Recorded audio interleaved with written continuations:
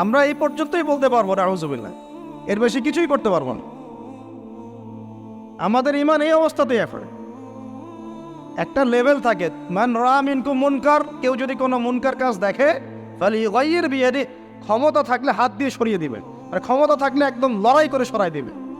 এটা এক নাম্বার। দুই, ওয়াইল্লাম ইয়াস্তাতি', যদি সেটা করতে না পারে ফাবিলিসানিহি, কমপক্ষে লিসান দিয়ে বলবে। লিসান দিয়ে বলে কয়জন?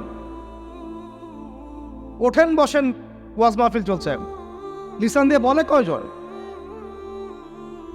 কয়জন হকপন্থী ওলামায়ে কেরাম এই পুরো ওয়ার্ল্ড অ্যাফেয়ার্সের বড় বড় ইস্যুগুলোকে নিয়ে বীর দর্পে কথা বলছে বাংলার মাটিতে? কিন্তু দেখতে হবে তো, আপনাকে খেয়াল করতে হবে তো বিষয়গুলো। ওয়াজ মাহফিল কি আল্লাহর আমানত না? এ দিনের আমানত না? এটা কি মুসলিমদের পক্ষে কথা বলবে না বিপক্ষে কথা বলবে? ইসলামকে রিপ্রেজেন্ট করবে কি না?